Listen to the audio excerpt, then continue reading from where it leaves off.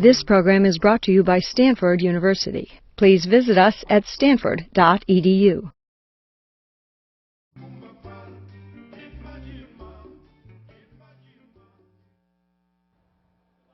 Ladies and gentlemen, please welcome the President of the Stanford Alumni Association, Howard Wolf.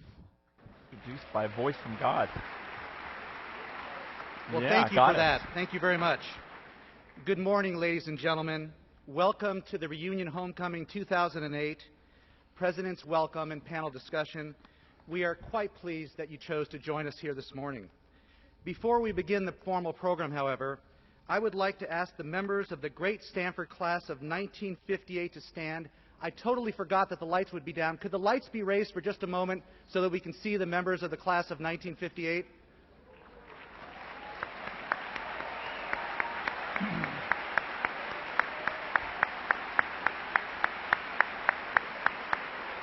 Ladies and gentlemen,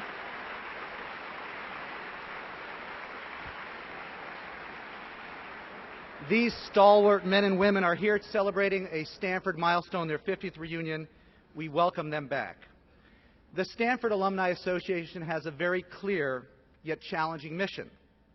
We seek to reach, serve, and engage all alumni and students so as to foster lifelong intellectual and emotional connections between Stanford and its graduates. As you might imagine, no single event can compare to the power of Reunion Homecoming celebration when it comes to achieving our mission. Magical things happen when more than 6,000 alumni spanning over 75 years of Stanford history come back to campus at one time each fall and immerse themselves in all that is Stanford. The sense of community that unfolds through this immersion is a glory to behold, a sense of family that would make Leland and Jane Stanford proud of what they had created for other people's children. To that end, I hope that each and every one of you fosters your own intellectual and emotional connections with Stanford and your classmates over the course of the next several days. It is very much why we invited you back. To help us get started, we offer a special panel discussion here this morning that we hope will foster a true sense of intellectual connection with the academic core of Stanford. The formula is seemingly so simple and straightforward. We focus on a subject of broad interest to alumni, discussed by a panel of experts from the Stanford faculty and the alumni community. This simple veneer, however, hides the real power of the discussion, the reason it resonates so deeply with members of the Stanford family. Over the years, you, our alumni, have made your desires quite clear. You want a panel with members whom you can trust. You want to hear from faculty and alumni who not only understand the issues deeply, but address the topic with historical perspective and intellectual rigor. Perhaps most importantly, you want to hear from objective scholars and leaders who aren't beating a particular political drum or forwarding some hidden agenda. We started working on this morning's panel 6 months ago.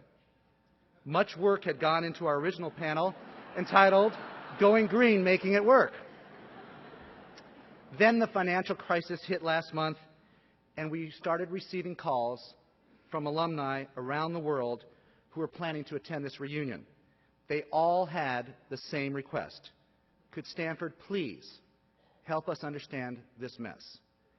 In response, 10 days ago, we decided to replace our Going Green panel with the one you will experience later this morning, Understanding the Financial Crisis and What It Means to You.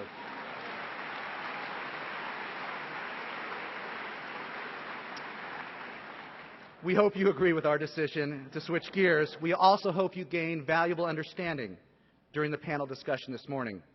But before we welcome our panelists, it is my great honor to introduce Stanford's 10th president. John Hennessy received his undergraduate degree at Villanova University and his master's and PhD degrees at the State University of New York at Stony Brook. Like Leland Stanford himself, President Hennessy is a native New Yorker who was drawn to California by its pioneering spirit and unbridled opportunity. In Leland Stanford's case, it was the gold rush of the 1840s that drew him west. In John Hennessy's case, it was a boom of a different nature, the technology boom of the 1970s, both in Silicon Valley and here at Stanford. In the years since he arrived on campus over 30 years ago, in 1977, John Hennessy has played numerous roles at Stanford. He has been a faculty member in electrical engineering, the department chair in computer science, the dean of the School of Education, the provost, our chief academic and budget officer, and for the past 8 years, president of the university. Lest you think President Hennessy's academic accomplishments have been limited to the Stanford campus, he has been recognized internationally for his accomplishments as well. He is a member of the National Academy of Engineering and the National Academy of Sciences, as well as a fellow of the American Academy of Arts and Sciences. My favorite accolades, however, come not from national academies, but instead from the Amazon.com student reviews of his book used to teach computer science throughout the world. Here are my 2 favorite quotes from his loyal readers. "Ain't no mistake about it. This Hennessy dude rocks the house. I wish he had been my professor." And in a quote that sums it all up quite well, another reviewer shared the following: "John Hennessy is to computer architecture what Elvis was to rock and roll." Building on this rock star metaphor in the spirit of full disclosure, please know that President Hennessy did take a short sabbatical from Stanford in the mid-1980s.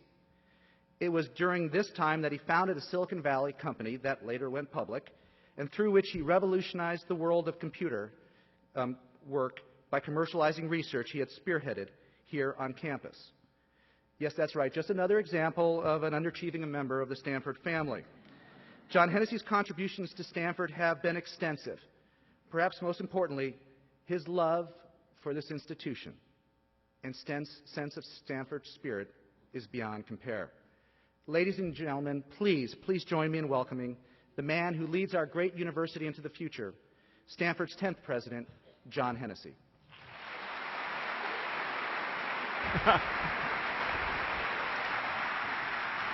Thank you. Thank you, Howard. That was a great introduction. I expected to have a little blue suede shoes playing as I walked out here.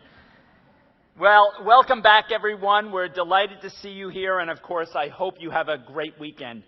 It's an exciting time to be at Stanford. It's an exciting time to be on Wall Street. The good news is the exciting things at Stanford are good things. I won't comment on what's happening on Wall Street. A month ago, I welcomed our newest members of the Stanford family, the class of 2012. And in fact, I had a wonderful experience where one of my former students came up with his son. And I realized I'd been at Stanford for a very long time at that point. But I remind you all, whether you're here for your 5th reunion or your 75th, that you're members of this wonderful Stanford family, and we're delighted to have you back. I should also remind everyone that members of the class of 1933, here for their 75th reunion, were high school seniors when the 1929 stock crash occurred. We should be asking them how we survive in these times. I know how much you look forward to these reunions. In fact, when asked if he would be back, one alum from the class of '58 replied, "Hell yes, I'm coming back for my reunion. Stanford's the best thing I've ever done, and I've done a lot." Well, you've all done a lot, and you make us tremendously proud to be able to call you Stanford alumni. When I welcome you back every reunion, I like to take an opportunity to just go back through some of the years and really look at what has made this institution truly unique. 5 years ago, a month after I welcomed this group back to campus, we announced the formation of the Global Climate and Energy Project, pioneering a new long-term approach focused on one of the most critical problems we have, trying to find an environmentally benign way to supply energy to our growing planet. Going further back, 10 years ago, some of you may remember the grand reopening of the Art Museum, which had been closed for almost a decade by the Loma Prieta earthquake. If you've not had a chance to stop by the Cantor Art Center yet, you should do it. There's a wonderful 10th anniversary celebration, including a wonderful set of work from Richard Diebenkorn, collected by his fellow alum and Deke fraternity brother, Carrie Stanton. Really worth seeing. In the 1990s, we were just starting to think about that incredible millennium bug that was going to bring down the world. The concern that most computers stored dates using only the last 2 digits. Stanford Professor Emeritus William Miller, one of the co-founders of our computer science department, predicted that the cost of fixing this might be greater than the cost of the Vietnam War. Well, I still remember being in Los Angeles on New Year's Eve night for the Rose Bowl game. We checked into the hotel and they gave us, yes, remember that? That was great. We'll get back there. We'll get back there.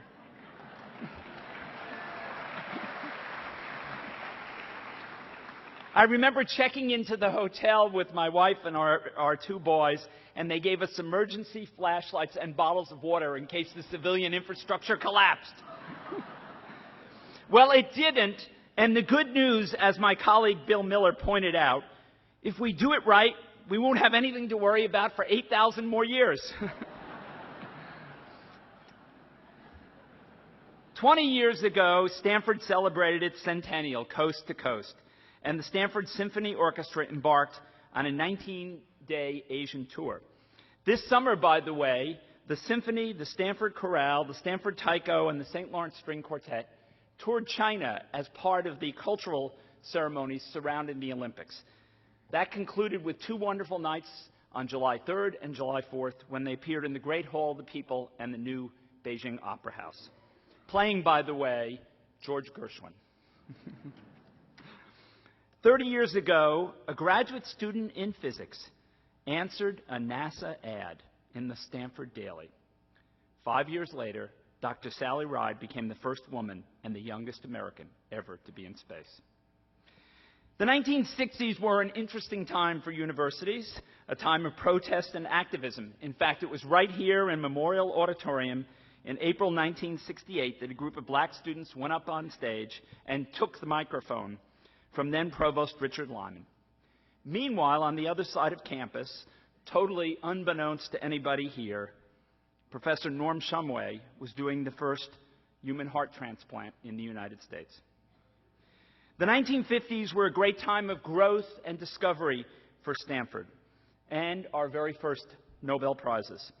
4 Stanford faculty were awarded Nobels in physics in the 1950s, firmly establishing the reputation of Stanford's physics community for excellence around the world.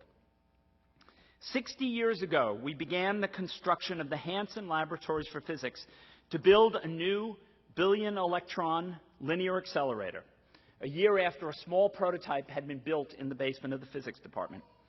This past year, by the way, we removed the remnants of that accelerator to make room for our newest quadrangle at Stanford. The new Center for Nanotechnology and Nanoscience will sit where that accelerator once stood. And 70 years ago, the School of Education building, now known as Coverly, was dedicated.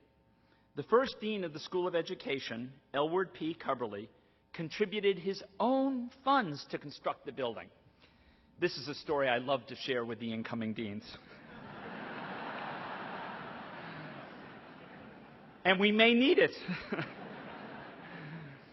Now, while you undoubtedly remember different highlights, you can see from these examples that we've always aspired to be an outstanding institution, and that the pioneering entrepreneurial spirit goes back to the very beginning of the university. When I welcomed many of you 5 years ago, we were 3 years into the campaign for undergraduate education, and thanks to your remarkable support and generosity, we had already raised 90% of our goal. We were just beginning our foray into new multidisciplinary and interdisciplinary research. We had just launched the BioX program and opened the Clark Center, and the Global Climate and Energy Project was less than a year old.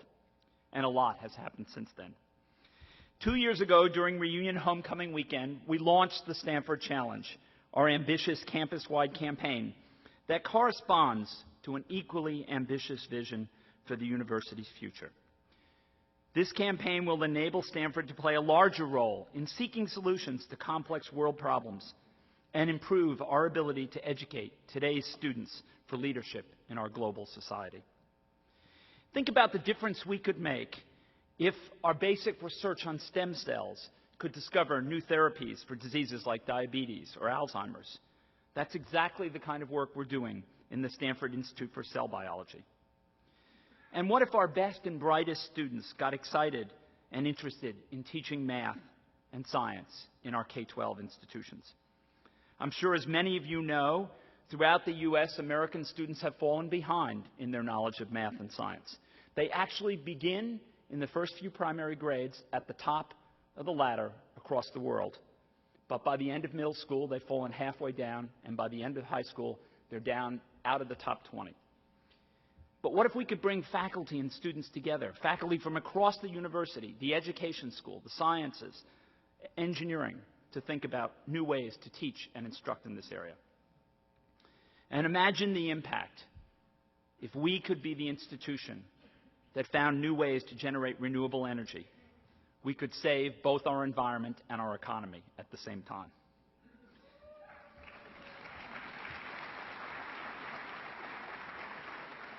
In fact, I was with a group of undergraduates from my first undergraduate dinner of the year, and they asked me, what's your hope? What would you really like to see happen at Stanford?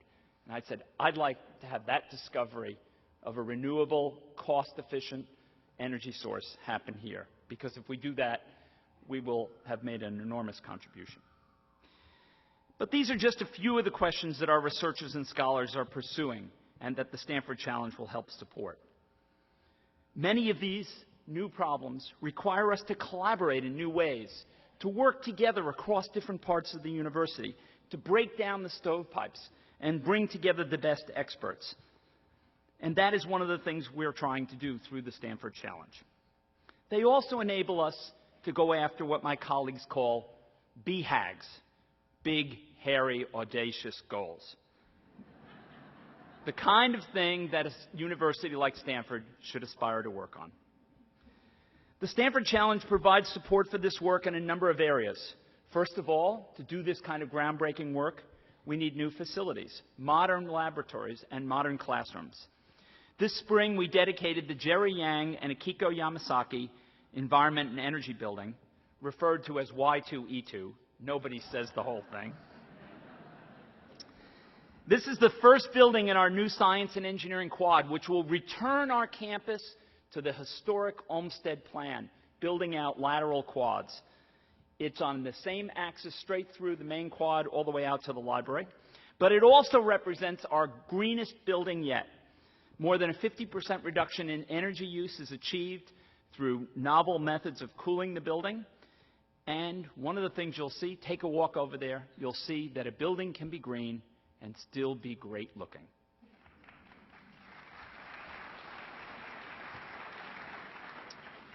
If you walk around campus, you'll see a number of other important construction projects. The new Night Management Center, our new Graduate School of Business green campus, where the entire campus will be built with cutting-edge green technology. That work has already begun if you take a stroll down Sarah.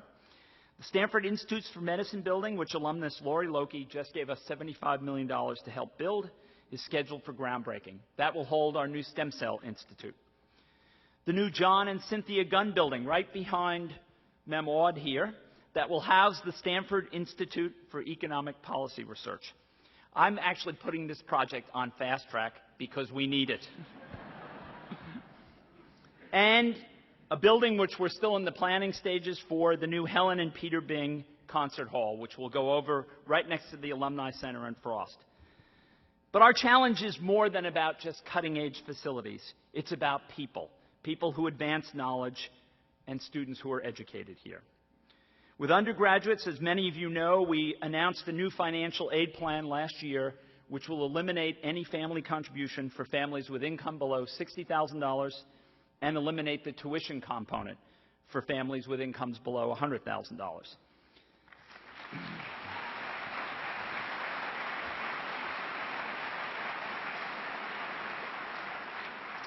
And this past year, we had a record number of applicants. 25,000 students applied.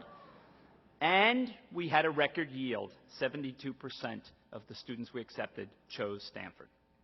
So our financial aid budget is under a little bit of stress right now. If you have any pointers about endowment investing, let John Powers know. We will need every dollar we can from the Stanford Fund in order to continue to support our financial aid program. But we will support it. I had some parents who came up to me as they dropped their kids off and said, "Are you going to be able to give us our financial aid?" I said, "Yes, we're going to be able to give you all your financial aid." We've also introduced a new university-wide program to support outstanding graduate students who are pursuing interdisciplinary research. It's often hard to find research funding when your research crosses disciplines or brings together two different fields. But that's often where the most interesting work lies. Our new Stanford Interdisciplinary Graduate Fellowships were awarded just this year for the first time, and we've got 12 outstanding students in these fellowships. But your support is key to making these programs available and to ensuring that we can continue to educate the very best students. Every gift, regardless of its size, makes a difference. When combined, they provide important need-based aid for students, support for innovative research, allow us to make improvements in the student residences, and support programs like our service learning at the Haas Center. And of course, your participation and your support of this institution is as important as your financial support. Stanford is a community that is well integrated and well supported by its alumni, and I think that is truly one of our major advantages.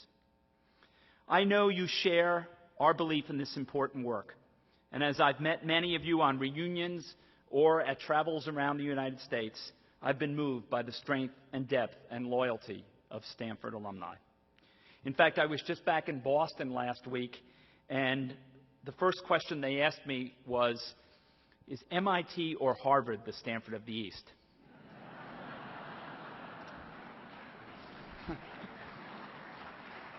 I said it takes all of Cambridge to be the Stanford of the East.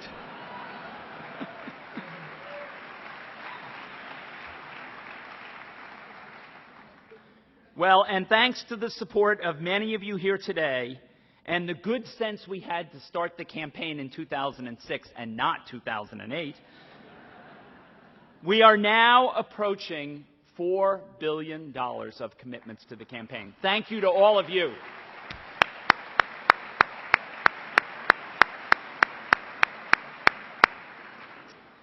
But I want you to remember something. As important as it is for us to have these resources, it is the research advantages we will make and the students who will be educated here that are the most important results of the work that we do together. Now, I know I'm standing between you and a very important panel that you're eagerly looking forward to, so I want to conclude my remarks by just telling you about a new tradition that we're piloting this reunion weekend. Tomorrow, as you know, our football team will play Arizona for the reunion homecoming game. After the game, the team will remain on the field, and I invite each of you, as part of the Stanford family, to join them and our students in singing "Hail, Stanford, Hail." We began this tradition with a pilot with our brand new students at the San Jose State game. The team was enthusiastic. Coach Harbaugh helped them learn the song perfectly. And they were out there with the band and the students. It was a wonderful Stanford moment, and we're going to try and make this now a new event at every reunion weekend. Thank you, and enjoy reunion.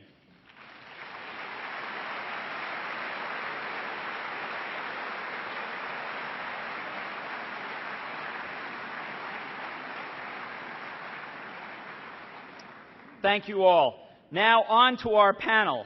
I think today's panel discussion hopefully will help us understand where we're going. I was asking the panelists early, what will be the low point on the Dow?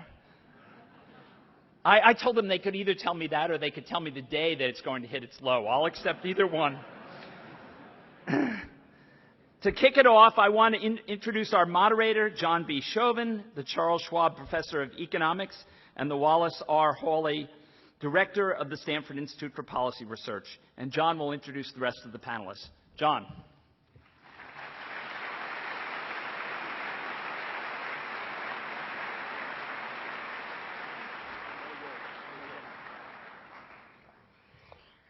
Well, thank you, and good, I guess, morning. I would like to just say a word or two about SEPR. The Stanford Institute for Economic Policy Research pulls together economists working on these kind of problems from all over the university, the Graduate School of Business, the Law School, the Engineering School, the Medical School, and the Economics Department. And in the last few years, we've taken administrative responsibility for the public policy program that some of you may have graduated from. And in your program, you'll notice that an edited version of the panel today will show up on the SEPR website tomorrow. Now, I've been at Stanford a long time. In fact, while you've been away, I've been here. I've been here for, well, this is my 36th year. I guess it's the 35th. I came in 1973. I'm reminded all the time how long I've been here. Last spring, I taught a course called Introduction to Finance. On the first day of class, after the class, this young woman came up to me and she said, she made me feel very happy. She said, "This course is really, I'm excited about it. It's been highly recommended to me. I'm glad to be in your course." I said, "Oh, thank you very much. Who recommended it?" She said, "My mother." So that was just a little bit bittersweet. What can you say? Okay, let's get on with what's important here. Today, we're going to try to improve your understanding of what's going on in our economy. I know most of you have never seen anything like it, except maybe the class of 1933. And I know I have never seen anything quite like it in my 35 years at Stanford. From Wall Street to Main Street, Americans are feeling the financial crisis. Nationally now, housing prices have fallen about 20% in the last 18 months and certainly appear to be headed lower given the large inventory of unsold homes. In my opinion, there can be no doubt that we are in the have experienced the second major economic bubble in a decade.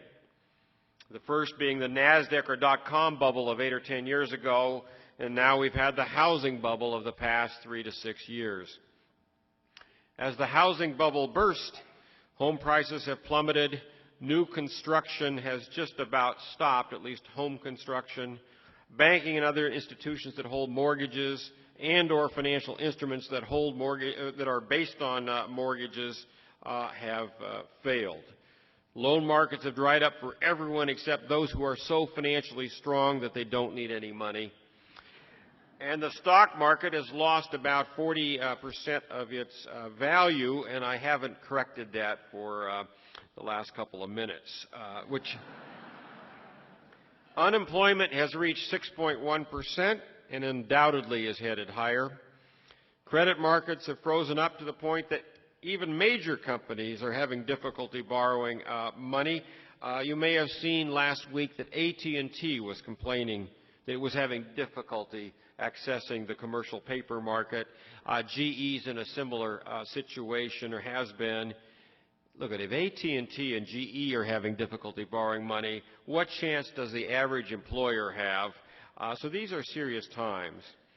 Now, the Federal Reserve and the U.S. Treasury have taken some unprecedented actions. The creditors and customers of Bear Stearns and AIG have been bailed out. Freddie and Fannie have essentially been nationalized, not to mention the government insuring money market funds. The Federal Reserve is now buying commercial paper and is setting up the process of acquiring up to $700 billion worth of so-called toxic assets. These are toxic because you're embarrassed to hold them, or other people are. I've come to refer to these securitized assets based on mortgages, often termed collateralized debt obligations, as mortgage sausages, in that their relationship to mortgages is similar to the relationship between sausages and pork. How do we get into this situation, and how do we assess the many and unprecedented actions that have been taken by the Federal Reserve and the Treasury? And what can we learn from the crises of the past, both domestic and abroad? What's the proper role of regulation and oversight in the financial industry? Who's to blame? Or maybe a shorter answer would be, who's not to blame? What will the impact be on the taxpayers, the investors, and the economy? How bad might this get? How long might this last? Well, 401k participants, or at Stanford 403b participants, have to work for many more years than they expected. And how will we know when there's a buying opportunity in the stock market, or for that matter, the municipal bond markets? So we have a panel today to answer some of those questions. By the way, this is a very exciting time to be an economist or be studying economics. Every once in a while economists get kind of overconfident and they think all the important problems have been solved. That's obviously not true. And so I've noticed that the interest in CEPR has grown rather dramatically in just the last couple of months. So today we have a very distinguished panel, and ladies and gentlemen, would you welcome our panelists? If they would come up, I will introduce them.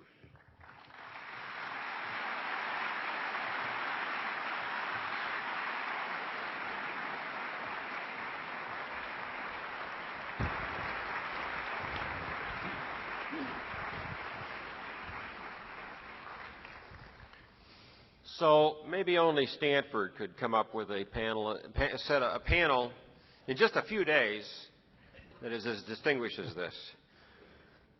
From closest to me to furthest to me, Dennis Lockhart, Stanford, 1968.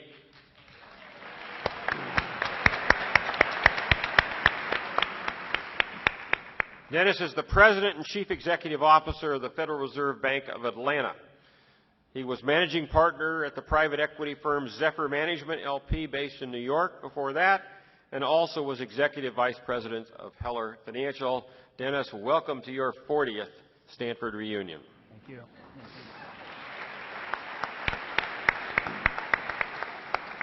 John Taylor, Stanford, PhD, 1973.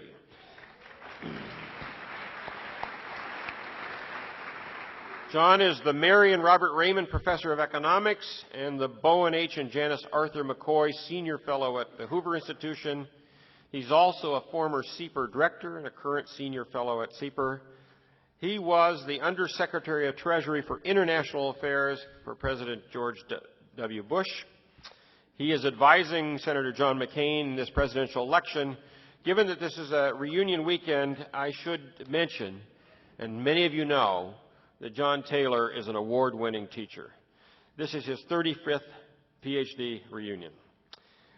Mark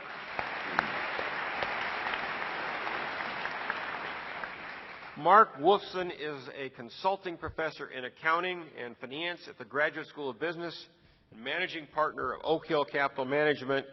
And of course, I think his most important distinction is he's a CEPR board member. Ann Cassell, Stanford MBA, 1985.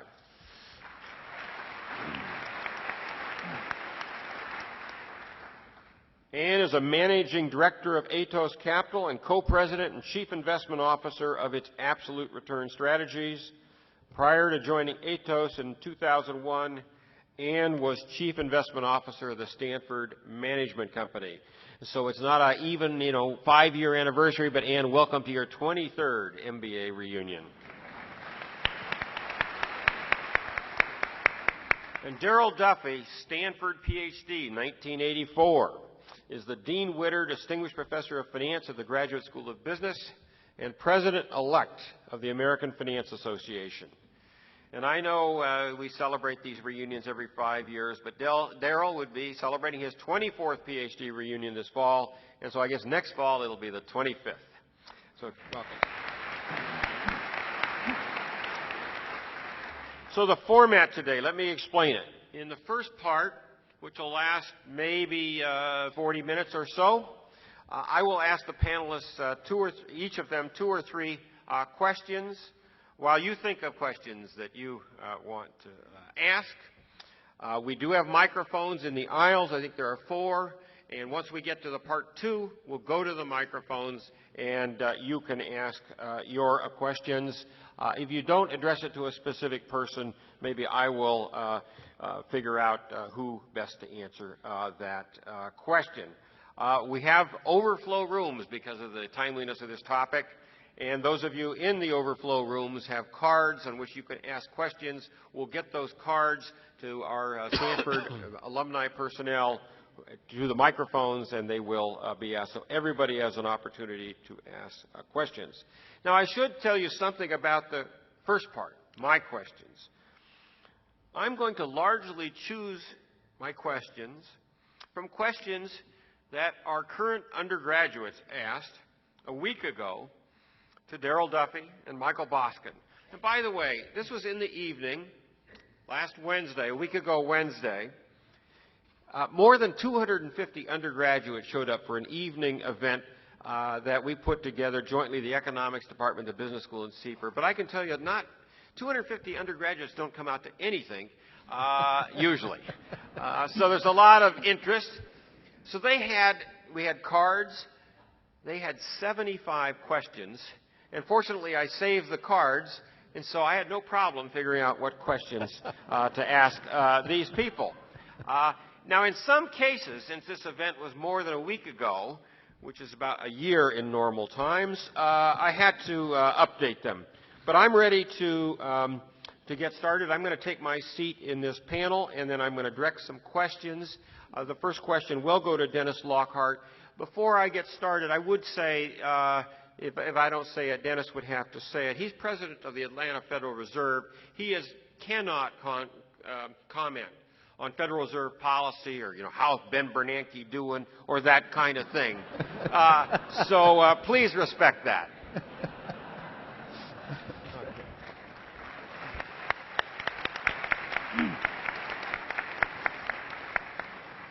So as I said, Dennis is first. And Dennis, could you summarize just what's your assessment of what is going on in the domestic economy and in the global financial markets at this time? Let me just give you a little context. I mean, just how alarming is it, and how weak might the real economy get in 2009? Now, you only got 3 minutes, but there's one other thing. How will we know if the housing market is beginning to stabilize? John, thanks for those questions. Let me first say, and I know John Taylor will have some serious things to say about being in MEMOD. I just want to say I'm pleased to be back in MEMOD. It brings back very fond memories of shouting expletives during Roadrunner cartoons.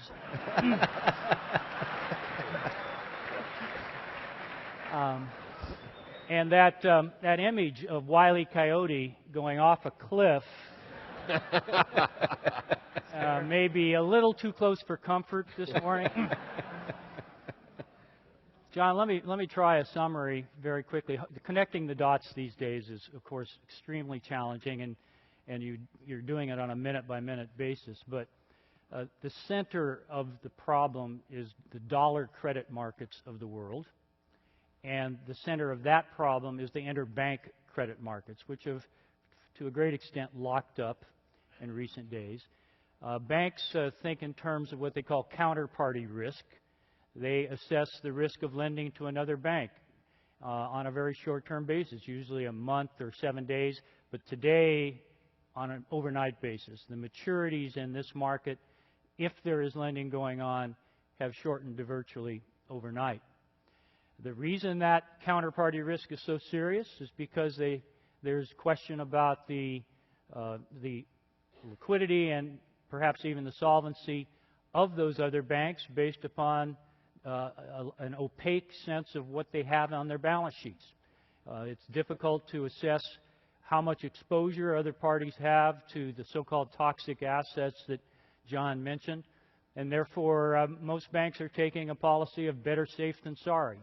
If you think about it, lending $1 billion overnight to another bank for 1 day's interest is a somewhat, let's just say, an imbalanced risk-reward. If you don't get the $1 billion back, it's certainly not worth what you were going to get for 1 day's interest or 1 week's interest.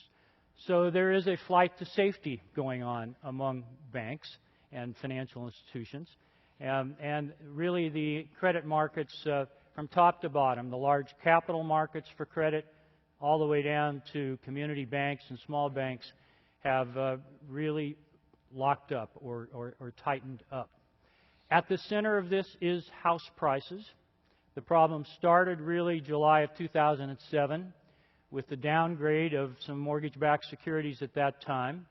It was a bit of a shock to the system at that time that the downgrades occurred, and it began a process that I think is probably now best described after 13, 14 months as interactive, cascading, and cumulative. And that process has simply grown. House prices, U.S. house prices, around which securities have been built that have been distributed literally all over the world, are really at the center of this. It's the house price from peak to trough decline has been now over 15%, and is expected to go somewhat further. But we, at least in the Southeast, where I spend most of my time monitoring the economy, we're beginning to see some signs of some markets for houses bottoming out, some encouraging signs. Sales levels, for example, have begun to rise, and contracts, at least pending contracts, have begun to rise. The issue, of course, is getting financing for house purchase, and that gets back to the credit crunch or the lockup of the credit markets. I would say we have some time more to go, John, in terms of house prices, but we do need to see the stabilization of house prices in order to form a bottom for all of this. Well, we'll move on to John Taylor. And John, I was going to ask you, basically, what do you make of these multiple bailouts, first company by company, and then what I'll call the omnibus rescue bill passed last week? And then the second thing, which if you don't have time to get to it this round, we're going to get you next round anyway. As an advisor to Senator McCain, can you talk about what he would do, what his plan involves? Thank you, John, and thank you for all being here and coming back to Stanford. I was a student here, as John mentioned, and always think of MEMOD, just by that abbreviation, MEMOD. But let's remember also this is a memorial auditorium. And in fact, I'd like to just mention it was first built as a memorial to the soldiers and Marines and others who were killed in World War I. You look at that plaque in the middle. And then we added many more in World War II. And we added more in Korea. And we added more in Vietnam. I don't know how to help him. Can't hear me, is that it? Well, let me just say, it's rather a somber beginning, but let me just mention that Memorial Auditorium is a memorial for men and women who lost their lives in service to our country. And today, at 2 o'clock, actually, there's going to be a ceremony with a new section of the memorials, which are out there in the lobby when you come in honor of the most recent wars in Afghanistan and Iraq, as a new wall of honor, if you like. And a lieutenant who got his degree here at Stanford in 2003, a master's in chemical engineering, who signed up in the Marines, as actually Dennis did back in 1968, and lost his life in Iraq just 2 years ago. So on your way out, look at those plaques and walls, and especially the one on the left. I think it will be rewarding for you to do that. With respect to the crisis, John, you asked about what is going on, what the responses are, and there's been a whole slew of responses. Thank you. There's been a whole slew of responses. Early on, it seems to me, the responses were not really focused on the problem that Dennis has so clearly emphasized, on the problems in the credit markets, the fact that banks are unwilling to even lend to each other, but more just a general provision of liquidity. But I think the most recent actions, in particular the large $700 billion rescue plan, is an effort to more coherently go after the credit risk problems that Dennis mentioned. And remember how these began. In 2002, 2003, 2004, interest rates were held very low in the United States. They were very low for whatever reason. And in addition, you had government institutions like Fannie Mae and Freddie Mac guaranteeing a lot of loans that were purposely issued at attractive low interest rates. So those things together led to the development of securities and mortgages, which were quite questionable. They also led to this enormous boom in housing prices. You talk about a decline in prices recently, but they're following this enormous boom, and we're just coming back down. And whether we're there or not really depends on what the equilibrium is, and we just don't know. I hope Dennis is right. We're getting close. But because of that decline, a lot of people are having trouble making their payments. Some people are walking away from their house because the house is worth less than the mortgage. And so this debt that the banks and others took on is more and more questionable. Some of it was packaged together in securities, which very few people could understand. And so the other banks and others were holding this. It's global because banks all over the world bought these kinds of securities and others. So that's why it's a global thing.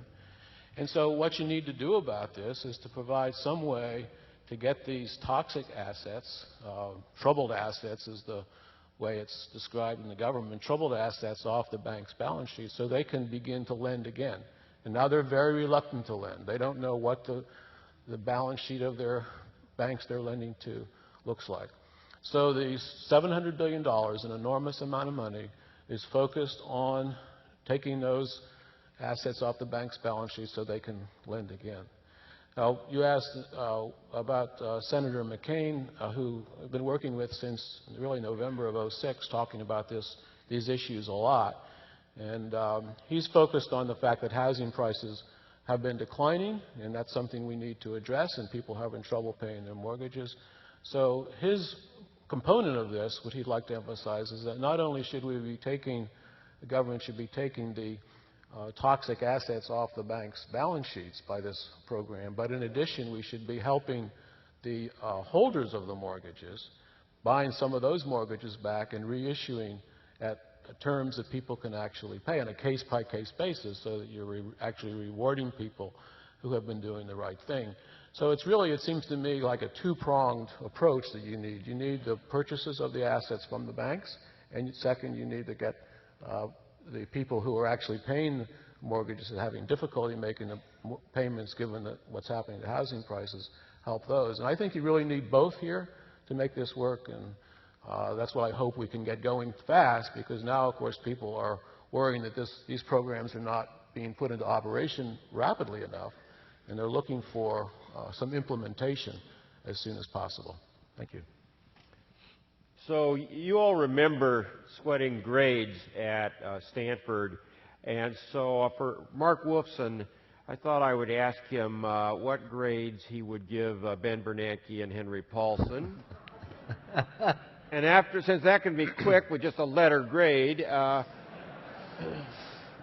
thought after that I'd ask him, since he's a private equity manager, what opportunities exist in the midst of this chaos in terms of new investments.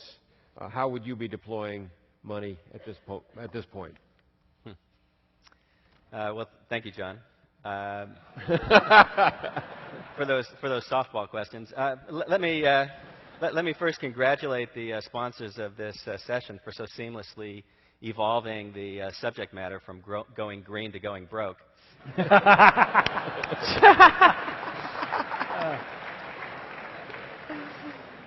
Or I might say more aptly, given the environmental theme, from going green to going dark, but something like that. When I agreed to serve on this panel, I never imagined, and this was just a short while ago, I never imagined there'd be so much to talk about. The world has changed so fast in the course of the last week that whatever initial thoughts I may have had, I've just had to throw away. I'm no longer in a position to give joint grades to Bernanke and Paulson. I actually think we have to give them separate grades at this point. So perhaps I'm a little biased. After all, when I first started my career on the faculty at Stanford back in 1977, it was a very short while before Ben Bernanke showed up as a young assistant professor to develop his macroeconomic expertise, and I got the great joy of listening to many of Ben's stories as a student of the Great Depression, which, with the benefit of hindsight, was a remarkable precursor of some of the things that he's got to deal with today. I've been very impressed with the decisive action that Ben Bernanke has consistently taken. Given the limitations that his office provides him, I think I would give him a solid A for his grade. I think that the other half of the partnership, Paulson, has done a pretty good job, but I can't give him an A. I'd have to give him maybe a B or a B minus, and the reason I'd have to dock him a little bit on his scores include the miscalculation of allowing Lehman to fail. I think that he takes primary responsibility for the decision to allow it to fail, and with his Wall Street pedigree and background, he has to take responsibility for the miscalculation and collateral damage that's resulted through the complex network of counterparty relationships that intersected the many contracts that Lehman was party to. That in turn has had a cascading effect on the deterioration and the seizing up of credit markets globally. And we are unfortunately at one of those unusual, limited times when one wishes for the presence of a benevolent dictator. The joint efforts of a Bernanke and Paulson, if only they had the authority to act unilaterally to address these global problems, would be far superior than the delays in timing that we face in the political process through which they must operate. And so, unfortunately, the credit seizing that we're experiencing is occurring faster than the pace at which the solutions can be applied. We need far more massive interventions in the markets today than the $700 billion program is able to deliver. Far more. We've gone beyond the point where purchasing distressed assets will be the solution to allowing lending to be restored with the order it needs to be restored. The banks are suffering from massive undercapitalization. They need equity capital. They need equity capital quickly. They need equity capital because, for two reasons, assets have fallen and risk is higher, both of which require greater equitization. We need the banks to have confidence to lend to one another in the overnight markets. They've lost that confidence. The spread between the so-called LIBOR rate, and I'll mention in a moment why LIBOR is such a critical interest rate in the global economy. LIBOR, the London Interbank Offering Rate, the rate at which banks lend to one another overnight, relative to 3-month treasuries, has grown to a level not even seen in the banking crisis of 1973-74, preceding the Great Recession of 74-75. That spread has ballooned, as of this morning, to 460 basis points. That's enormous. Now, it's been estimated that some $350 trillion of financial contracts are tied to the LIBOR interest rate. That's why it's so important. These are contracts that range from residential mortgages to commercial loans to all manners of derivative contracts. This rate needs to be brought down promptly. Banks need to have confidence to lend to one another. I believe what will be required, and I believe we are likely to see, is that for the solvent banks, their short-term credits need to be guaranteed. In fact, we need to go beyond that. The commercial paper market is so disrupted at the moment that for the largest, most solvent industrial corporations, to which John was referring earlier, their short-term credits need to be guaranteed. Interest rate cuts, as massively and as broadly as they occurred throughout the world, need to be reduced significantly further. And it needs to happen soon. We need a temporary moratorium on mortgage foreclosures. These are desperate times, I'm afraid to say. The proposals that were initially made were reasonable, could have solved the problem if implemented immediately. Even the several days delay of the U.S. Congress took a great toll on the system. And my great hope is that this weekend, the G7, the G20 will act in a coordinated fashion to massively intervene in the markets to restore confidence.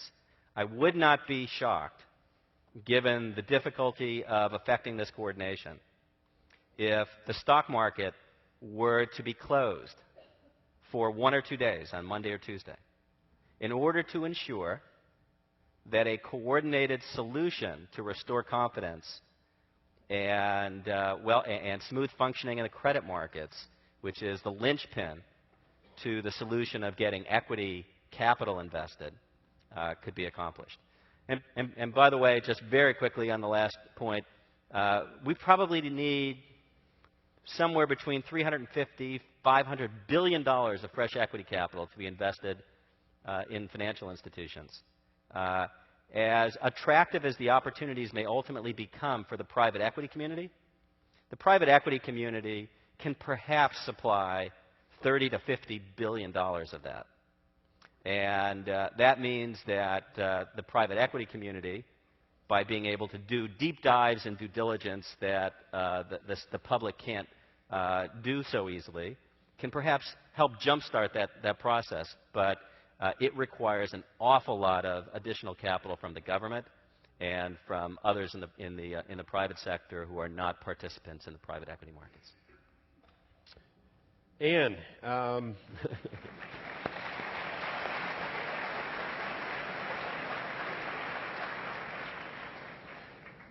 I have a couple questions for Ann Cassells. One is, there was this temporary ban on short selling for a large number of stocks. It was lifted yesterday. Was that move a well thought out move? And then a more loaded question is, were the rating agencies bought off or were they just overmatched?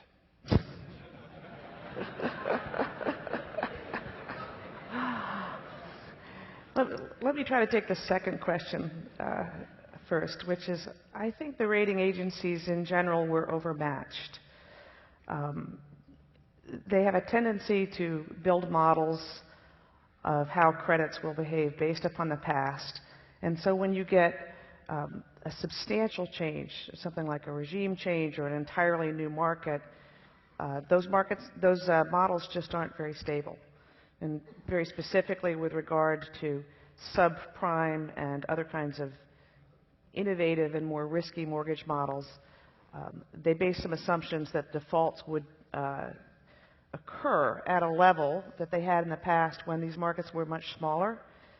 And it's very difficult to build a model to assume that the default levels that you'll have for a market, which in the case of subprime really was about a $50 billion a year market, will be stable when you grow that into a $600 billion a year market. Suddenly, you're lending to new people under new conditions, and those assumptions really aren't stable.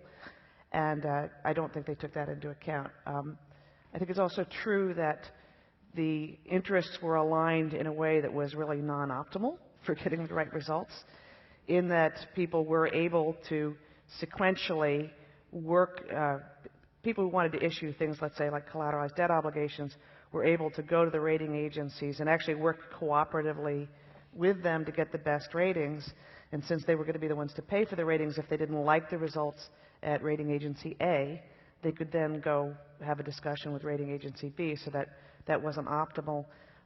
Someone will correct me, but I believe that for someone like Moody's, rating things like CDOs may have gotten to the point where it was equivalent to 40 to 50% of their revenues around the year 2006. And it's often the case when you have a new product that it's growing revenues really quickly, that can skew the incentives inside of an organization. As to short sales, I think it's fair to say that 2 weeks ago, Wednesday, it really did feel like the market needed a timeout. You know, the point at which we, following Lehman and AIG, we got the dramatic falls in Morgan Stanley and Goldman Sachs stock. And I think Mark's point is very interesting, that maybe we will have a timeout for the markets on Monday or Tuesday. I was thinking about being away from the office on Monday, since it's a national holiday and the banks and the Federal Reserve are closed, so it might work well for my personal plans. Thank you. But I think the temporary ban on short selling 799 financial stocks, which rapidly expanded to probably 900 or 1,000 stocks, and I'll explain how that happened, will probably come down in history as a good example of the unintended consequences of regulation. Let me just try to clarify a couple of quick things about short selling. I think in recent years, people have gotten the idea that short sellers are mostly speculators, that they are often engaged in a practice called naked short selling, which has a certain exciting tinge to it, and that they're actively involved in spreading rumors and trying to drive down the stocks of companies. That has not been my experience, and I've been working with hedge funds for 13 plus years. My experience is that short sellers fall into one of several categories. One would be fundamental equity analysts who have done their work on companies and believe that in the long run a company is going to have deteriorating fundamentals. An example might be someone who looked at the balance sheet of Wachovia, looked at the enormous amounts of option arms and thought, that's a risk. And they tend to hold their positions for a fairly long period of time, so they're not day trading stocks down. Secondly, naked short selling, which is selling a stock that you don't intend to actually borrow and deliver into the trade, has been illegal since 2004, and I think hardly anyone ever practices this, so I don't think it's been a factor. There is some substantial short selling in the market from people who are engaged in buying convertible bonds and selling stocks against that.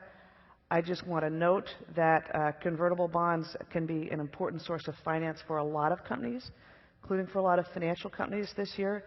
So one of the unintended consequences of putting this ban on was to completely disrupt the market for convertibles by making half of their business strategy temporarily illegal and unfeasible.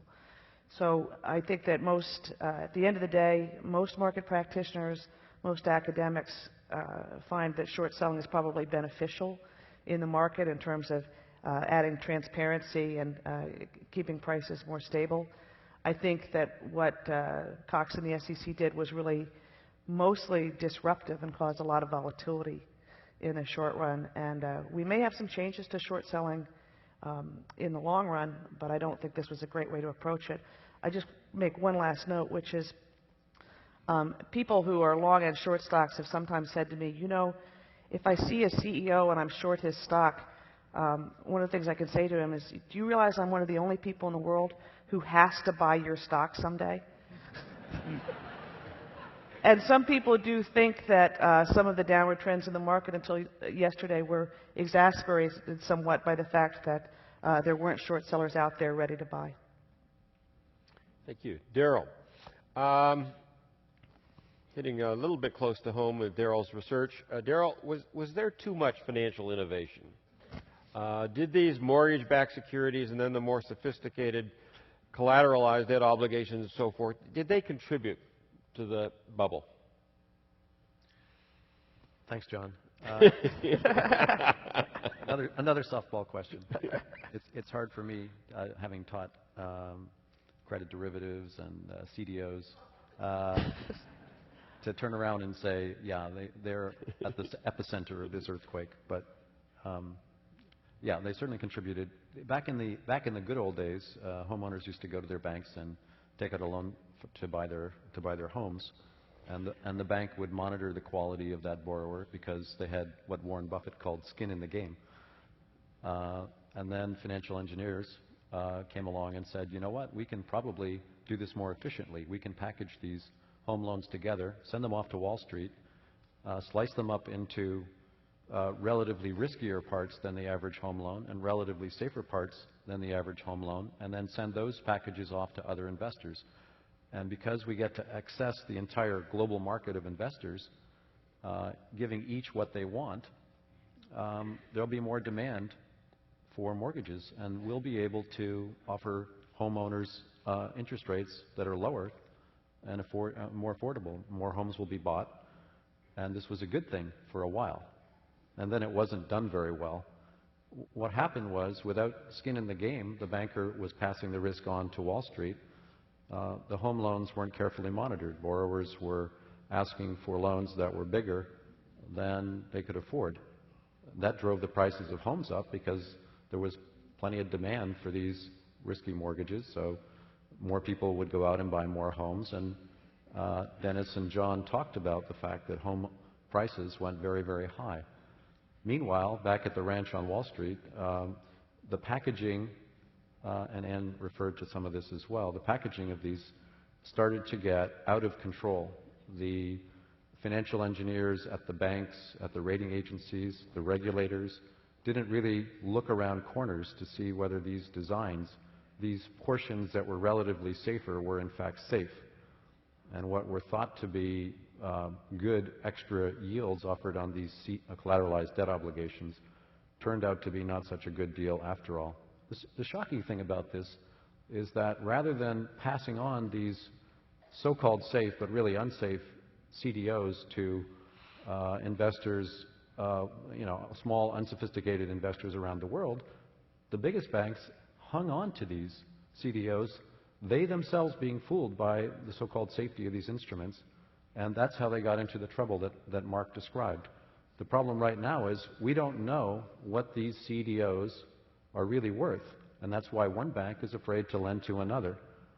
And this bailout package and the more aggressive measures that Mark Wolfson suggested will now be necessary in order to get the market more transparent so that banks can see, yeah, they're not holding a lot of these opaque, difficult to understand instruments. They're holding cash. They've got more cash than they had. Now I can afford to lend them money.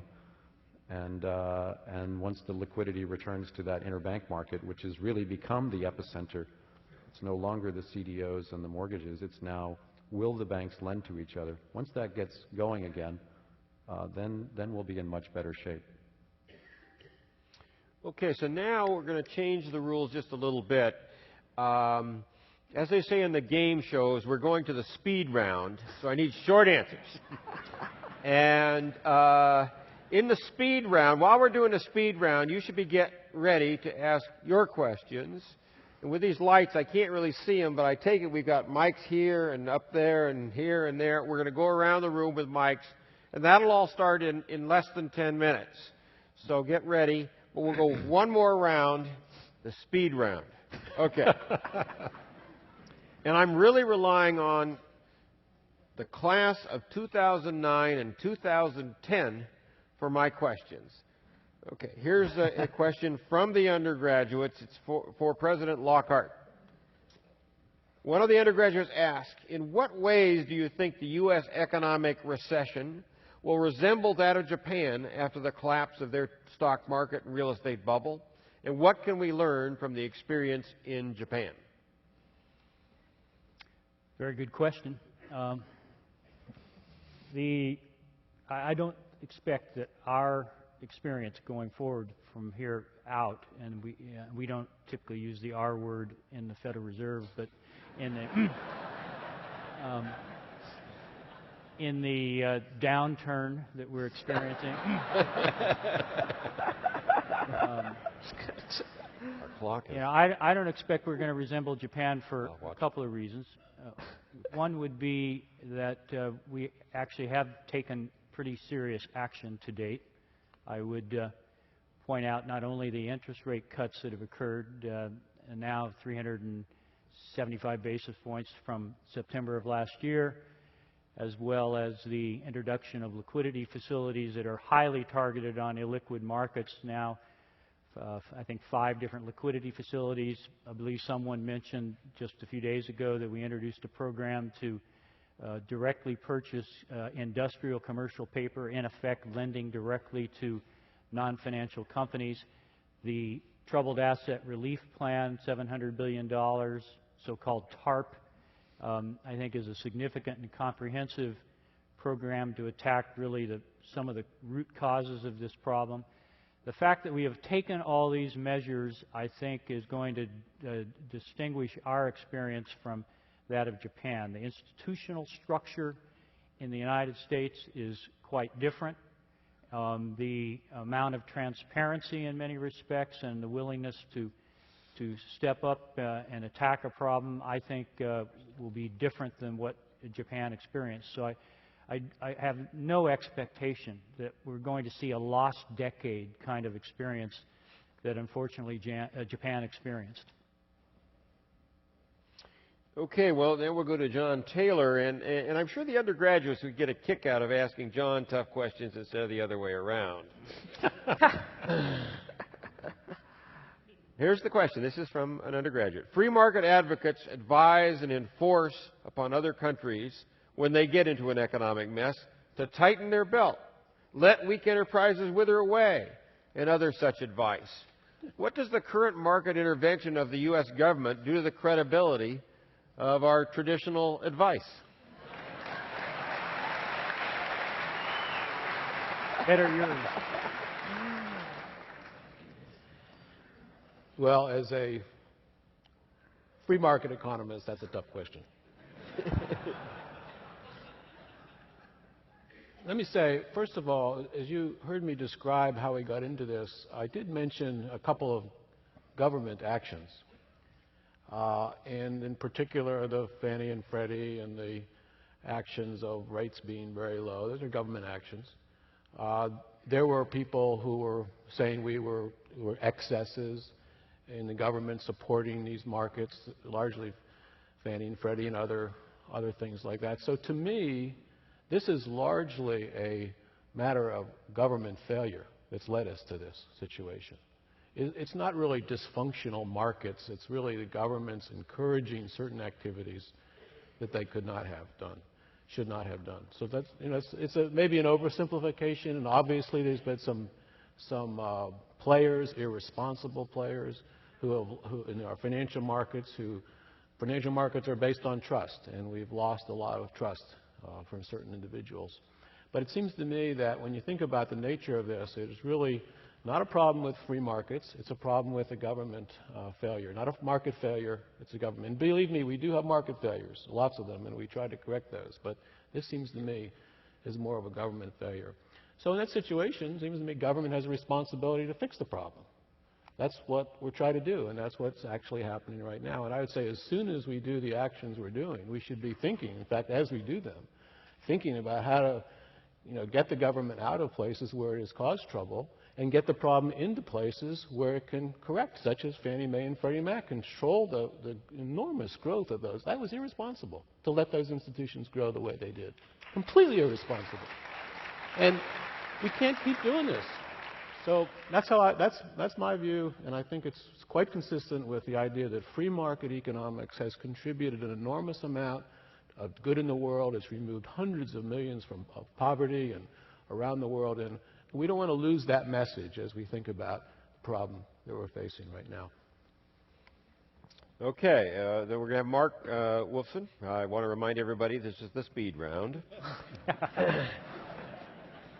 Mark, I got a two-part question. I have to update it because the undergraduate asked it a week ago. What is the market signaling when AAA municipal bond interest rates are higher than federal government interest rates of the same maturity? And the second part is the VIX index today is over 70. Can you explain what the VIX index is and what this means? Well, municipal bond yields being higher than taxable yields simply means that the expected default rates on the municipal bonds is in a different zip code. It's in a different, wholly different realm from government bonds. And so basically the tax exemption is overwhelmed. The benefits of tax exemption are simply overwhelmed by the expected defaults and the credit challenges that the municipalities face. So that's pretty simple. I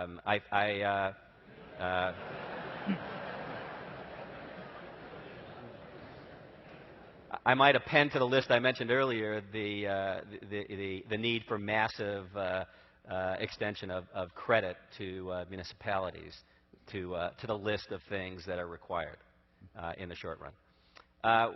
VIX index.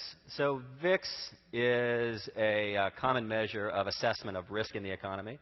It's the so-called volatility index. It's technically a forecast of what the volatility, the standard deviation, the movement of stock prices that are forecasted over the course of the next couple of months. It's reached modern day highs in the low 70s. The average volatility index, the average VIX, tends to run in the high teens. High teens. It's trading over 70%. I will say, I don't know that this will make you feel a lot better, but it's estimated that during the market crash of 1987, the volatility index actually, if appropriately calculated, would have been 150. That was over a very brief period of time. This one has been trading at an elevated level now for a much more extended period of time. It's a sign of the extraordinary degree of uncertainty that we face in the market today, just as the so-called LIBOR spread, to which I referred earlier, is just another measure of that. I must say there is confusion. I was listening to the TV this morning, and one guy was saying, you know, there's a tremendous risk of inflation, and the other guy was saying there's a tremendous risk of deflation, and I was a little less confused, but so that may be a question that may come up. Okay, so Ann Cassells. Now, Ann and I actually were at a dinner together Tuesday night, and George Shultz said the following. He said that a big part of the problem is that Americans are simply living beyond their means. The government spends more money than it has. Households buy houses that they can't afford. We simply need to get back to saving and living within our budget. So I thought I'd ask Ann what she thought of the former Secretary of State, Treasury, Labor, and Office of Management and Budget. I guess OMB is not a cabinet, it's not a secretary position. Yeah, I just want to say Secretary Shultz is just such a great man who has served our country so well and is such a good friend of the university.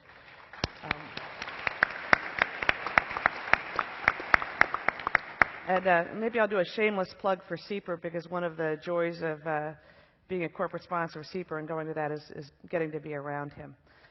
And he's also been contributing a lot with some of his ideas on energy. I think he's really on to something here. I think that if we talk about the mortgage market for a second, let's just remind ourselves that not everything that happened was subprime mortgages going to poor people. There were a lot of people who refinanced mortgages, home equity loans, you all saw the ads on your TV, and took a lot of money out to finance an improvement in their lifestyle. Sometimes it was a vacation, sometimes it was tuition, sometimes it was an emergency medical need. There were lots of things going on, but we could argue that we used home equity extraction as a substitute for savings over the last 7-8 years.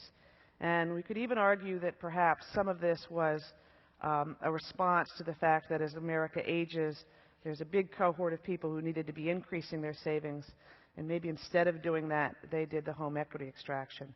The extraction was equal to, probably $1 trillion+, several $100 billion a year that was almost like disposable income and a heavy part of GDP. So to the extent that we're unwinding that, that is a serious headwind. And I think the Secretary is right. We are going to need to save more, and that's going to make the totality of circumstances a little bit more daunting. I want to give John a little plug here. He and I have been talking for some years about how do we deal with the demographic shifts, things like entitlements, and one answer that starts to come up is it's quite possible that some of this will resolve itself by people working longer. I want to give John a lot of credit for pointing out the fact that because people live so much longer and are so much more healthy and vital at every age level, that's something that is an extremely doable thing, and I think we might be just on the cusp of that starting to happen, and in some ways that may be part of the sacrifice that the Secretary was talking about. Does that mean the class of '68 will have to work longer? Just the class of '85. But we'll have to work longer than you, even. Also means we'll see you back here in 30 years.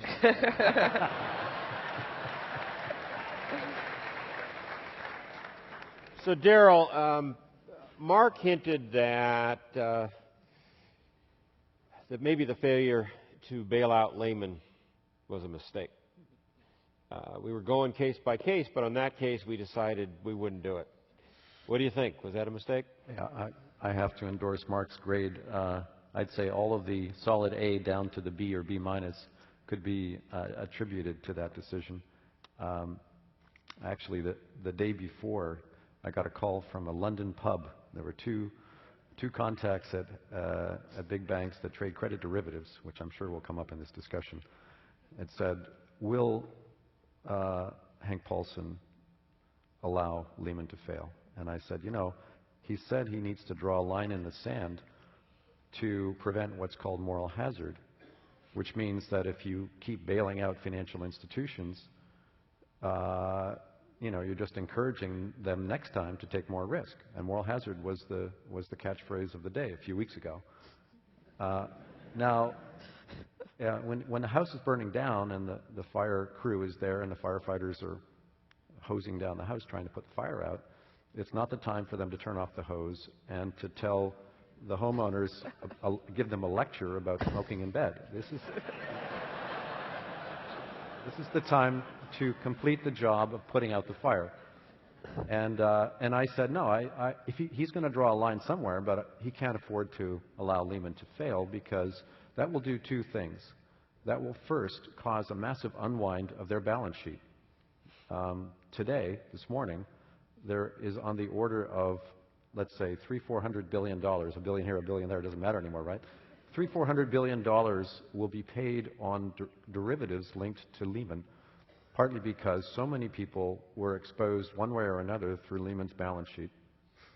So all of that flew apart very quickly, and that disrupted financial markets.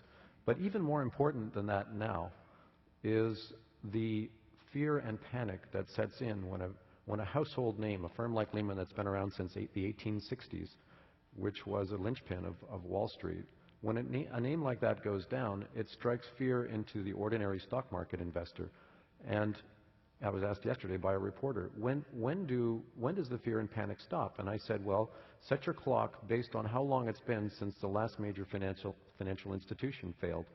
And when enough time goes by, investors will start to achieve a level of calm that will allow them to, invest their money again in a way that will support the stock market.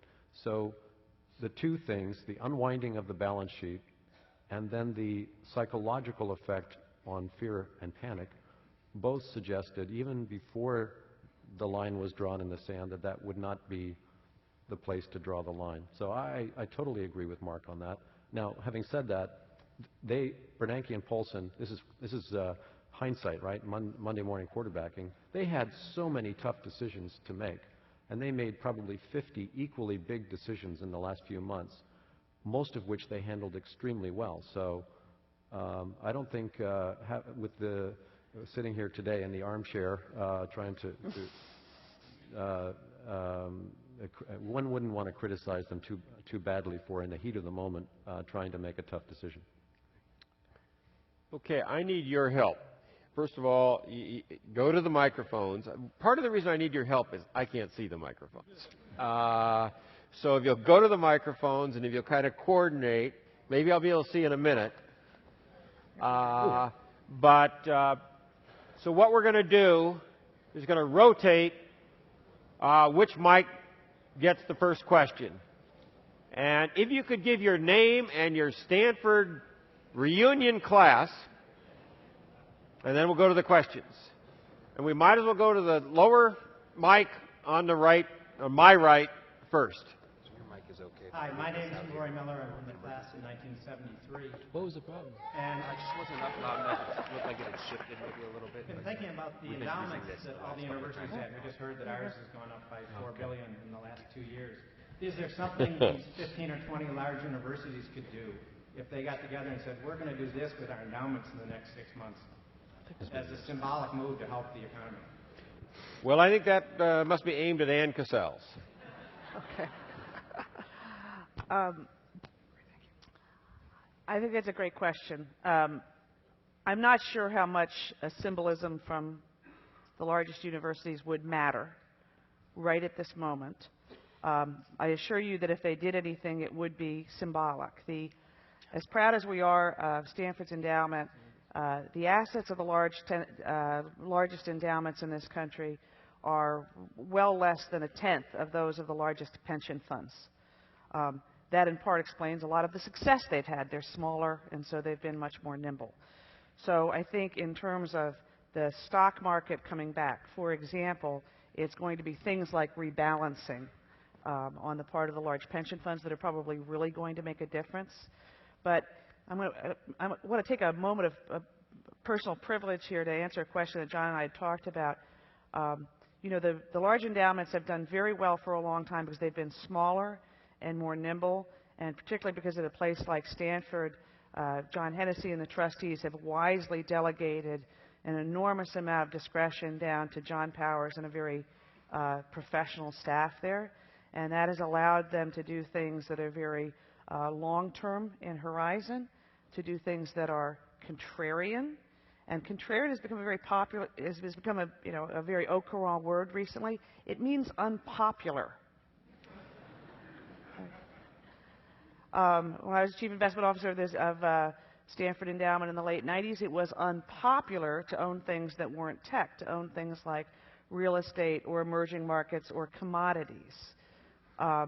Putting those kind of things in the endowment really helped it over the long run. Some of that's about diversification, not just across asset classes or regions. Some of it is also about diversification across levels of valuation. So that's one of the things that's been very helpful for endowments. I'll just say in recent years, many people have followed that lead, and so all of those boats rose a lot, and that's part of the explanation for why they've all fallen a lot recently.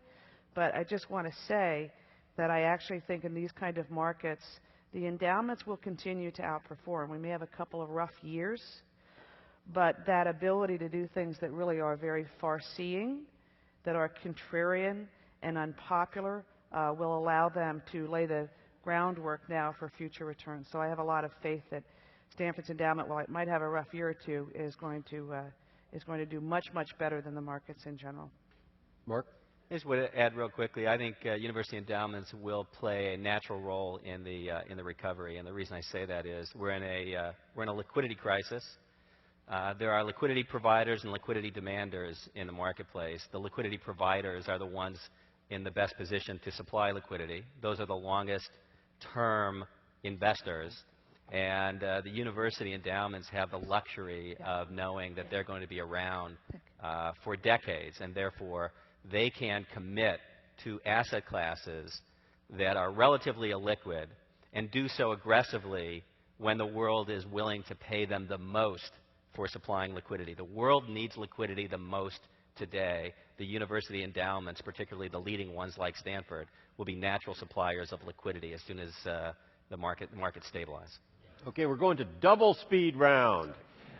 Is there a mic on the upstairs on my right? Hi there, Ross Shell, class of 1989.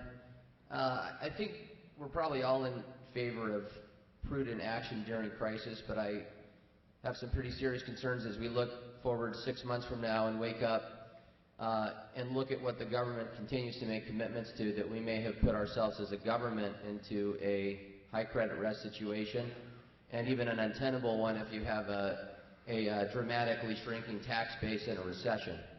So to be specific in my question, when I hear the proposal from McCain about essentially what I'm understanding is principal reset or adjusting the cost basis on mortgages, help me understand that more. I guess this is addressed to Professor Taylor. Are we talking about a new cost basis for people who are struggling to make mortgages. On our left, is there? But we're not talking about then adjusting cost basis for people who continue to make their mortgages. That to me seems a step into socializing housing, and I wanted a little more explanation. Sure. The problem, as we talked about, is these declining home prices, right, which are putting a lot of people underwater, where the value of the mortgage is greater than the value of the house. So to deal with that problem, which really is one of the reasons why you're seeing so much problems with the mortgage-backed securities that these mortgages go into, is to try to get those people in a better situation. So on a case-by-case basis, not rewarding speculators, making sure it's only for people that are in their houses, people that have the credit worthiness to get a new mortgage, that those people are helped directly. And so it's not just focusing on the financial institutions and their balance sheets, which is an important part of this, but also focusing on the individuals who have the mortgages which go into these mortgage-backed securities. So I think it's very important to do both of these, and in both cases the questions you raise are important, and that is at what price the government goes in. They're struggling with a mechanism to determine what price to pay for the so-called troubled assets or toxic assets, whether you use an auction or not, and the same kind of issues come into play with the individual mortgage owners, but you can't forget about that because that's really the source of the problem with respect to the mortgage-backed securities. So both are very important in my view. On my left, upstairs. Thank you. I'm Jeff Fenton, School of Engineering graduate student, class of 1982. Much of the blame for this crisis is being laid to the innovation of new financial securities that nobody understands and nobody can manage. As part of the new regulatory regime that is needed, should derivatives and other innovations be abolished, and should financial engineers be sent back to do civil engineering or electrical engineering?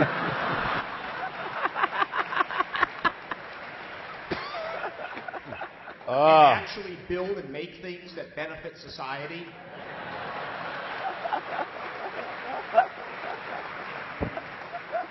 You are a tough crowd, but Darrell, I'm going to give it to you. That's a great question. A softball one. I was reading the financial press this week, and I noticed that a company in the United Kingdom, a sports goods company that sells tennis rackets and skis and so on, they're failing. And the reason they're failing is that the vendors that send them the skis and the tennis rackets won't get paid for 30 days, and they need to take out insurance against this sports company from failing. They can't get the insurance because the credit derivatives for that kind of insurance are not working right with this credit crisis. It's at a time, and so this sports company is probably not going to make it. It's at a time when there's a lot of risk that you need a way to insure yourself against risk. So now more than ever, we need good financial engineering. Not like it was done before, better. This is what President Hennessy this morning referred to big, hairy, audacious goals. Financial engineering is now the BHAG of Wall Street. This is what has to be done far better. They have to understand how to model the risks, how to collect securities and split them up again in a way that's much more easily understood, more transparent. The valuation, the risk management, the credit rating of all of these instruments has been very poorly done over the last 5 to 10 years, and I've been out speaking quite vocally about that. So we just have to do it better, but we don't want to get rid of it. It's the way that we actually manage that risk rather than just sit on it. My left on the lower floor. I'm Jan Mears. My wife Lois Hassey Mears is a member of the class of '58. My question is based on the assumption and belief that all financial institutions have a group of people who are responsible for managing the risk and advising on the risk of those corporations. Were they rolled by the CEOs or incompetent? You and I are both masters of loaded questions. I don't know. Dennis, you want to try that one? Well, My answer would be that a lot of business models were developed in recent years that assumed an experience of sort of in the normal distribution, and we've been dealing with tail risks. You just think of the statistical way of dealing with it.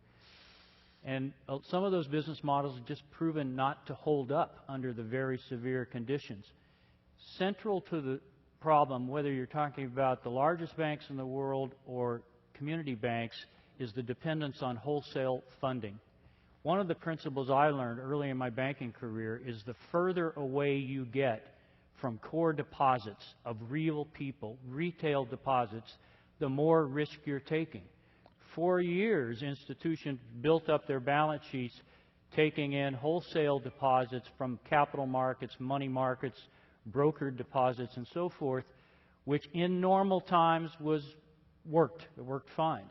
We have not been in normal times.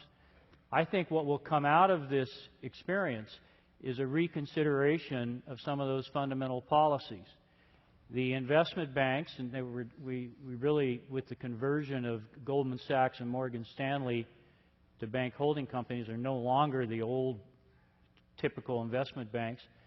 But they were built upon a business model of wholesale money, often very short term, and high leverage.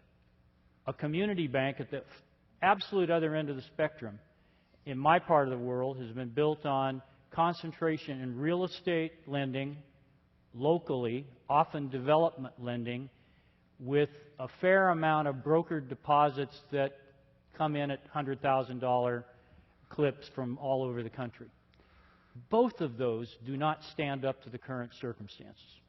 So I think managements will have learned from this experience, are going to reconsider their fundamental policies, and we're going to see in the coming years, I would say, some very radical changes in the business models of financial companies. Darrell wanted to add a word. I just want to follow up. This is what I would consider one of the most important failures of management at financial institutions. The risk management and the compensation policies of large financial institutions encouraged traders to take a lot of risk and get immediate compensation for it because their compensation structures were designed that way. And it discouraged risk managers from standing up at a management meeting and say, we're making a lot of profit, but I think we should stop making so much profit because I'm not sure that this is safe. Somehow or other, those risk managers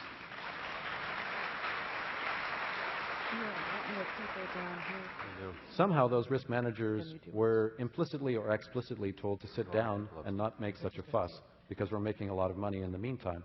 So the risk manager has to get a bigger seat at the table. Yeah, that actually slightly reminds me, there was I remember that President Summers at Harvard, a guy came in and, from the endowment and said, we beat our benchmark by 15%. And Larry said, must have taken a lot of risk, huh? Here, over here. John, can you please repeat the questions? The auditorium cannot pick up the questions from the mics. All right. Okay. So this is from one of the satellite auditoriums. It's from an alum by the name of David Cantanzarite, class of 78. Are there other countries that are aligned to follow Iceland? I think you heard the question, but the question is, are there other countries that will follow Iceland? Who would like to grab that one? Anybody willing to take that? We're in the double speed round? Double speed round. The answer to that question is yes.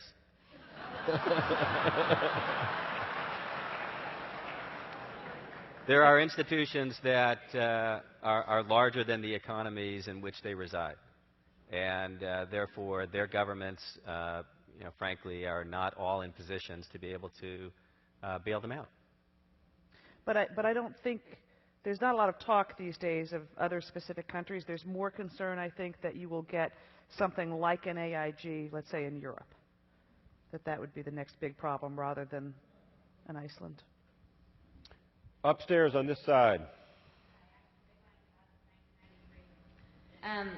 Excuse me. Ashley Figline, class of 1993. Mark Wolfson mentioned that we're probably going to need more than even the $700 billion bailout that we currently have. My question is, how are we going to pay for this? As a senior member of the private equity community, are you prepared to do your part in giving up the carried interest? And John Taylor, as an advisor to McCain, it seems that his policy seems to be to just cut spending across the board, which is bludgeoning the patient that needs surgery with a laser. Would you advise him to close these tax loopholes for the wealthy and be more thoughtful on cutting spending?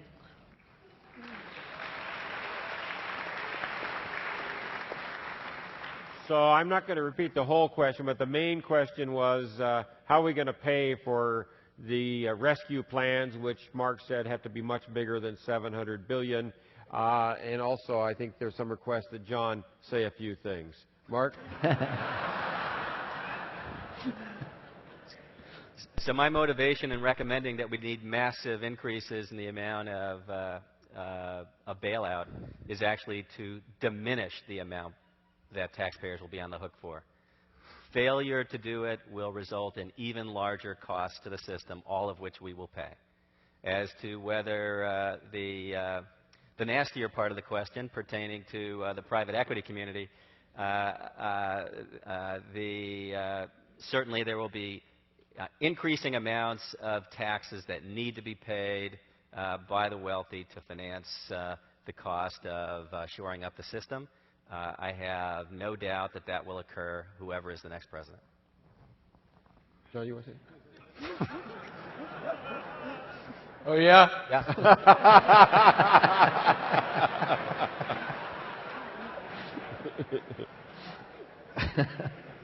So there's a question about a proposed spending freeze.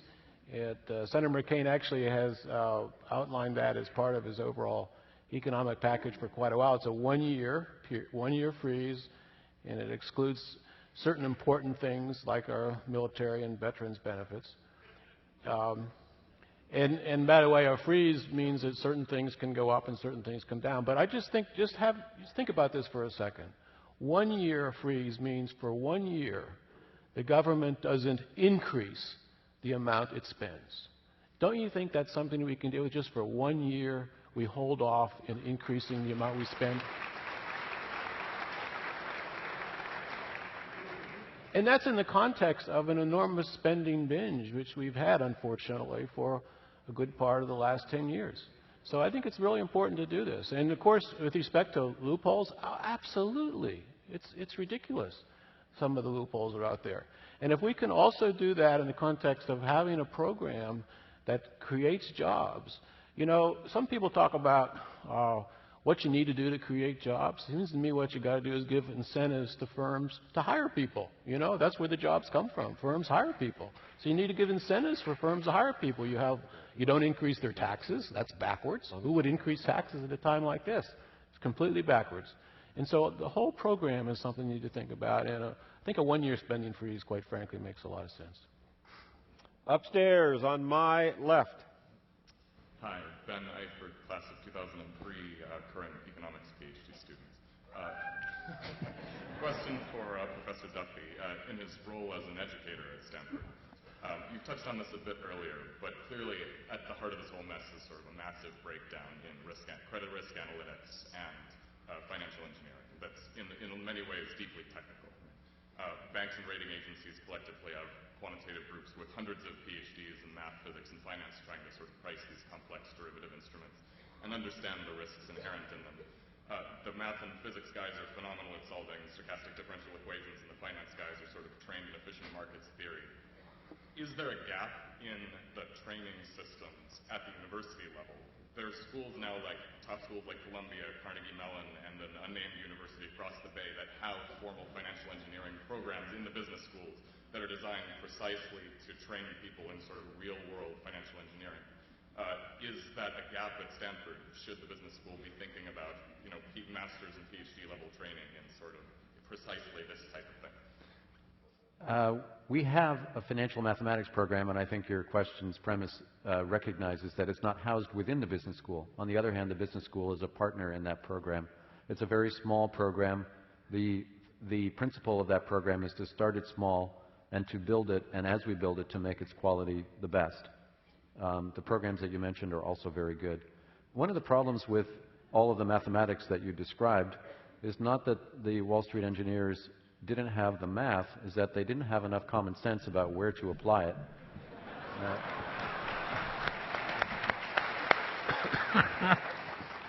They were looking at the past to get their data, and the future is not always like the past. So looking around the corners and imagining what changes when lenders are no longer at risk and they're passing on the risks, what changes in the way that home mortgages will default, that's important, and it's not going to be in the math. Downstairs on my left. This is a question from an alum in one of our satellite auditoriums. Marion Froelich, class of 73, has a question for Mark Wolfson. Do you have any concerns regarding broadening the authority of the Secretary of the Treasury despite your fantasy of a benevolent dictator? So the question is, do we dare risk endowing a small number of key decision makers with as much power as may be necessary in order to move quickly to shore up our financial system? You know, I think that there are always trade-offs between broad-based decision-making and endowing decision rights in concentrated hands. And I think that one has to worry about costs of omission, one has to worry about cost of commission. I think that during periods of greatest crisis, we find ourselves with facing areas of omission being our greatest potential cost. Failure to act to shore up the confidence to get the markets going again poses the greater risk than abuse of that concentrated decision-making right. So I think that there is a gross misunderestimation. Misunderestimation. Yeah. It's an HBS phrase. Gross underestimation. It's the male form.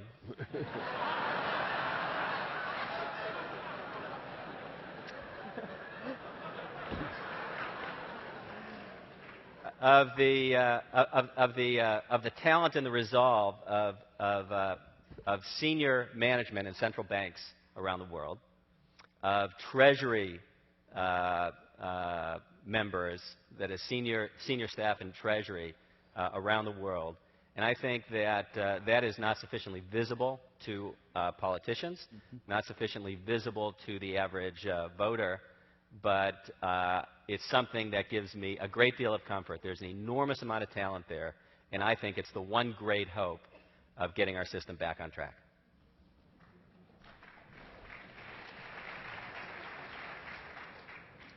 I'm John Luce from the class of 1963. We've heard a lot about what Senator McCain might do as president. In the interest of fairness, I wonder if, and recognizing that the panelists may not be advising Senator Obama, I wonder if they might at least speculate about what he might do as president. And you willing to take that? I'm going to address that to Ann. I think that's a perfectly fine question. I'm not going to address it to John Taylor. Why not? Well, I am not advising the Obama campaign, although I know some people who are part of the network of advisors. I think at this point it's hard to say specifically what will be done, especially because I think we have to be fair. Everyone, once they get into the office of being president, and particularly in very tumultuous times, has to deal with the cards as they are on the table. Bill Clinton really wanted to do some important fiscal stimulus, and what he found out was because of the budget deficit, he wasn't able to do that. And people said he had to choose between the two Bobs, Bob Rubin and Bob Reich. And he chose Bob Rubin, and he focused more on the deficit. I think if Obama is president, he is going to face that. I think he's going to want to have certain kinds of targeted fiscal stimulus, but frankly, I think early on people are really going to have to focus on stabilizing the financial system and addressing the budget deficit and the current account deficit, because many people think we're not going to be able to run this level of current account deficit for very long. I think it's interesting to just observe that Bob Rubin is very active in advising the Obama campaign at this point.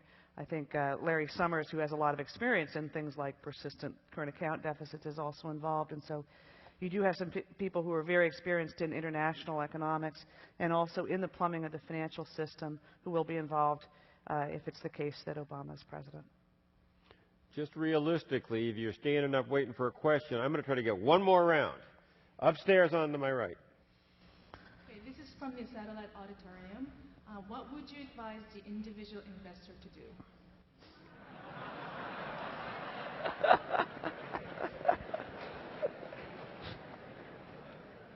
I practice putting your head between your knees.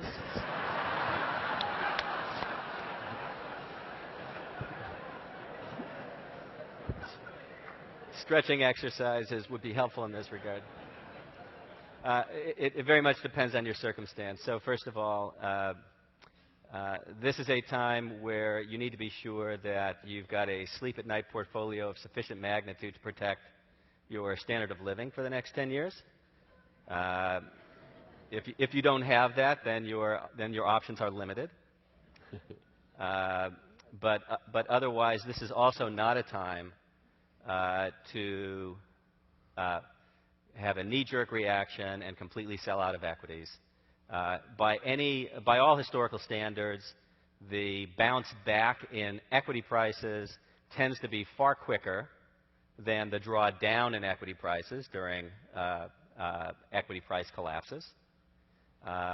Even though we may experience a weak economy for the next year or even longer, the equity markets regularly anticipate the end of economic weakness by 6 months or longer.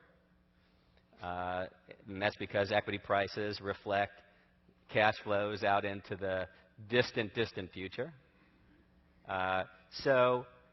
Basically, I think that if one were thinking about what to do in the short run, one should avoid the things that we haven't heard about yet. Should avoid investing in commercial real estate, which I think is the next disaster waiting to happen. But over longer periods of time, I think one should anticipate that the emerging markets will continue their rapid growth. Great place to allocate capital over the next 3 to 5 years. Not unrelated to that is that there will be a restoration of the commodity boom, notwithstanding the collapse we've seen in the short period of time recently. It will be tied to the demand that comes from the hundreds of millions, even billions of new consumers that become the new middle class in the emerging countries. If you have the luxury of it, this will probably want to be one of the great times to be investing fresh capital into the private equity markets. Once again, this is where the return to liquidity, to supply and liquidity becomes the highest. If you look at the last 2 recessions we had, 91 and 2001, the highest returning periods of time to be invested in private equity were 1991, 92, 93, 2001, 2002, 2003. We got upstairs. Oh, by the way, I wanted to tell you that you haven't lost too much money while you've been here. It's down about the same amount it was at the beginning of the session. Upstairs on my left. This is from one of our satellite viewing stations. Should a speculative home buyer bear any responsibility and loss for his or her decisions and actions in the event of a significant homeowner bailout? John Taylor, that might be yours. Well, I mean, yes. If someone has speculated in the sense of taking positions that involve way too much risk compared to what they were capable of handling, then they should be responsible for that. People are that's the thing we've all been talking at this table, at this panel right here, is that there's too little responsibility taken, whether you're a CEO or whether you're a small bank or whether you're borrowing. And so, no, you don't want to reward people who take too much risk by letting them benefit from that. That's the whole problem that has gotten into this too much risk situation. So I always say it's a case-by-case basis with respect to helping the homeowners, it's people who live in their homes, people who are able to deal with a new mortgage with the terms they have, with the credit capabilities they have. And that's the only way you can deal with this problem is on a case-by-case basis. You know, there's a saying among stand-up comedians which is quit when they want more. I'm afraid we're going to have to quit. I know you want more, and I think it's a testimony to the panel.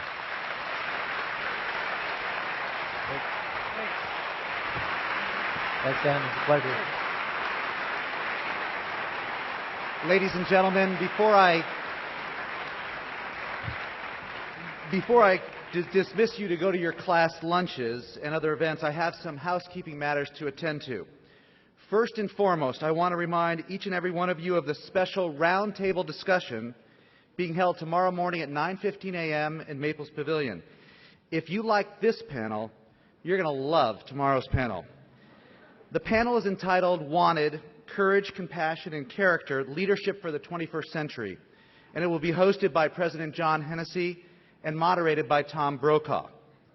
In addition, the panelists include the following group of distinguished thought leaders: Stanford alumnus and Associate Justice of the United States Supreme Court, the Honorable Anthony Kennedy; U.S. Congressman and Stanford alumnus Javier Becerra; Stanford alumna and former CEO of Hewlett-Packard, Carly Fiorina; Pulitzer Prize-winning Stanford Professor of History and alumnus David Kennedy; Stanford alumnus and CEO of the Bill and Melinda Gates Foundation, Jeff Rakes; and CEO for the Global Fund for Women, Kavita Ramdas. Even in Stanford terms, this is a stunning lineup. Please join us tomorrow morning for what we know will be a wonderfully provocative and tremendously educational event. Now, we understand that your schedules are quite full this evening with reunion merriment, and that many of you won't be settling down until quite late. We consequently want to remind you to set your alarm clocks because you don't want to be late. The program will be starting at exactly 9:15 a.m. Thank you again for coming here today. One more round of applause for our panel, please.